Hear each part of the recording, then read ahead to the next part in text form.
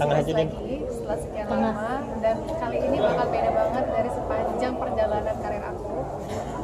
Karena karakter Bella ini adalah karakter yang aku harus pintar maininnya banget sih. Dia bukan karakter yang baik-baik aja. Dia terlahir sebenarnya terlihat sangat normal.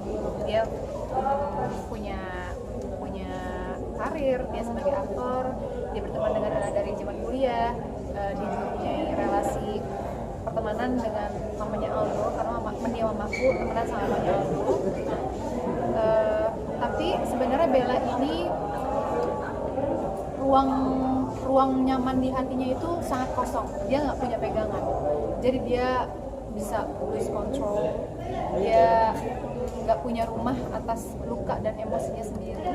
Jadi makanya pelariannya kemana-mana. Dia sangat destruktif. Dia pakai substance. Dia juga punya affair dengan seseorang. Jadi ya, untungnya produksi ini sangat profesional. Jadi walaupun aku ada intimate scene, aku diarahkan dengan intimate coordinator. Jadi aku beruntung banget sih dalam pertama kali aku ngambil job yang punya intimate scene, semuanya berjalan dengan profesional dan aman. Jadi nggak ada semua boundaries checknya di set dari awal. Jadi aku juga lebih nyaman dan confident. Siapa lawan mainnya untuk tim ini? Maxim. Sama Maxim itu gimana, mungkin ada obrolannya sebelum take atau gimana? Pasti, makanya itu ada intimate coordinator kan gitu. Ya namanya pertama kali aku pasti ada perasaan apa ya, bisa nggak ya, nervous nggak ya gitu, karena emang belum pernah sebelumnya gitu. Tapi ya karena aku juga udah kenal Maxim lama, terus ada bidang ahlinya juga, ada intimate coordinatornya juga, jadi aku merasa lebih safe, aku merasa lebih aman dan profesional aja. Dengan siapa intimate coordinator? Ada Kak Intan namanya. Jadi intimate coordinator di Indonesia itu ada 2, dia salah satunya. Mungkin untuk adegan mungkin nanti yang intim itu mungkin apa yang persiapannya seperti apa, atau trik kameranya seperti apa gitu? Iya. Sebenarnya yang ada intimate scene itu kan nggak cuma aku, Haiko pun ada, tapi gayanya berbeda gitu. Kalau aku tuh lebih apa ya? Kalau Haiko dan Maxim itu lebih passionate, lebih slow pace gitu. Kalau aku tuh lebih agresif. Jadi kayak kayak gitu sih. Tapi semuanya benar-benar sesuai skrip, sesuai arahan, dan sesuai profesional juga sih. Jadi ya aku merasa aman juga. Jadi kayak ada boundary checknya yang kayak part sini red zone, terus ada yang sini masih boleh gitu. Jadi kayak overall aman sih. Ada latihannya juga sebelum take? Ada, cuman nggak full kayak oke, nanti kita adegan gitu, kayak cuman gambaran oke, nanti kesini gitu. Jadi kayak patokannya udah ditentukan dari awal. Sutradaranya siapa sih Kak? Sutradaranya Mas Dom. Tapi sebelumnya ya jangan ngomongin produksi lain, lupa, sorry. Oke. Tapi udah syuting berarti ya Kak? Apa ini? Dulu ini? No, belum. Tanggal 17 baru syuting. Tapi aku ke Jepang dulu, so kayaknya aku bakal left out. Mereka syuting adegan lain dulu karena aku memang udah ada kerjaan di Jepang. Jadi setelah aku balik ke Jepang baru syuting. Tapi waktu gua mikirin beberapa hari gitu, maksudnya ketika tahu ada adegan intim gitu, sebenarnya ini overing kedua. Mereka itu udah sempet reading jalan, tapi kayak rompak pemain lagi. Aku pikir kayak emang udah lewat kali ya gitu. Terus kayak ternyata judul ini datang lagi ke aku, jadi kayak I think it's a good opportunity untuk aku explore sebagai aktor, untuk jump dari zona nyaman aku yang biasanya gitu loh.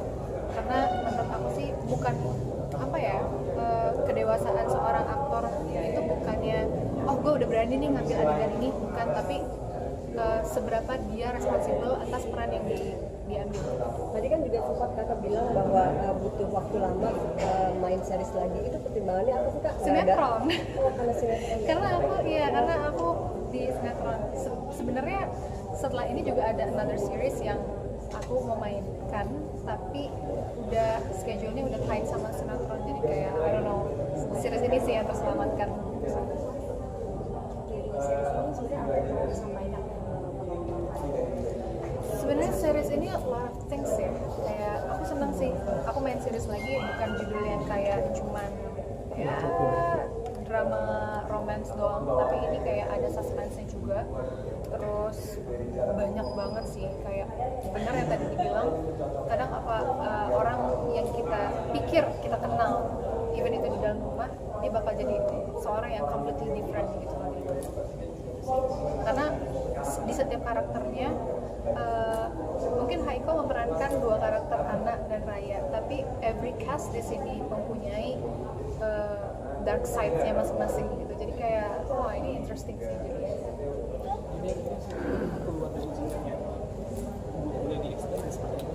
Kepo ya.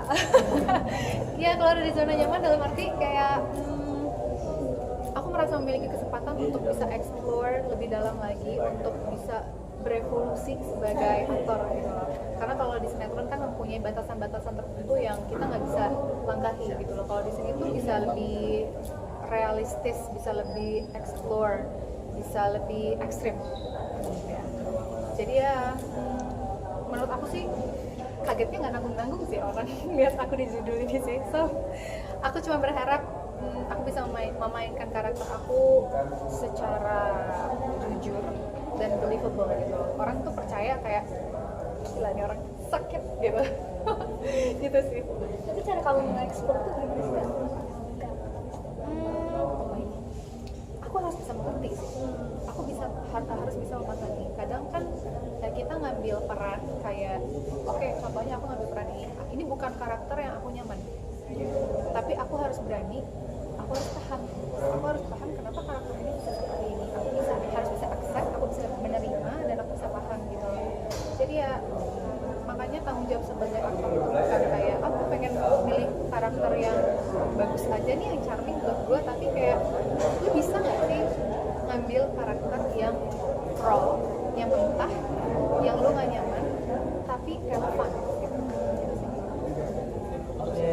Karakter ini karena penampakan Iya, challenging sih. Dan kebetulan sekarang kan manajer aku juga adik aku sendiri, so aku di tengah kehektikan aku percayain adik aku untuk kayak oke, gimana skripnya gitu so far.